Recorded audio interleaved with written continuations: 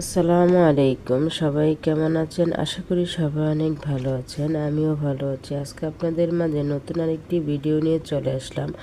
আজকের ভিডিওটি অন্যান্য ভিডিও হচ্ছে একদমই আলাদা। আপনি কি লাউ চাষ নিয়ে ভাবছেন? আপনাদের লাউ গাছে কি প্রচুর ফলন হচ্ছে না? তাহলে আজকে এমন দুইটি সার নিয়ে আলোচনা করব, যেটি দিলে লাউ গাছে প্রচুর পরিমাণে লাউ হবে।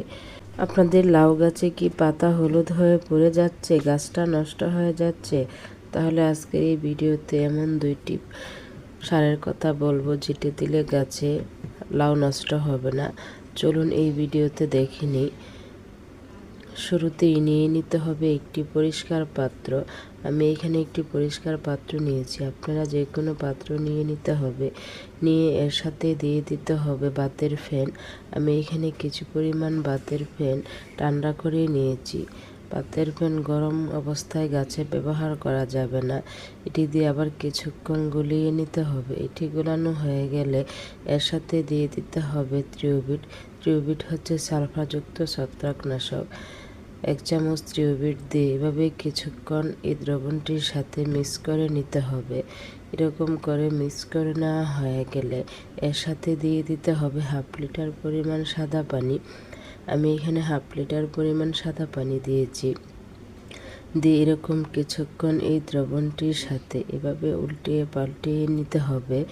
এটি উল্টিয়ে পাল্টিয়ে নেওয়া হয়ে গেলে এটি আপনারা গাছের গোড়ায় দিয়ে দিবেন। এই দ্রবণটি আপনারা মাসে 2 বার লাউ গাছের গোড়ায় দিয়ে দিবেন। এতে করে দেখবেন লাউ গাছে প্রচুর পরিমাণে লাউ আসবে এবং গাছ থেকে অতি দ্রুত ফলন পাবেন। দ্বিতীয় দ্রবণটি কিভাবে গাছের গোড়ায় ব্যবহার করবেন চলুন দেখে নিই। শুরুতেই নিয়ে নিতে হবে ছাই। আমি এখানে 4 মুঠো পরিমাণ ছাই নিয়েছি। 4 মুঠো পরিমাণ ছাই নেওয়া হয়ে গেলে এতে নিতে হবে আরেকটি উপাদান, সেটি হলো ধানের চোচা। আমি এখানে আরও 2 মুঠো পরিমাণ ধানের চোচা নিয়েছি।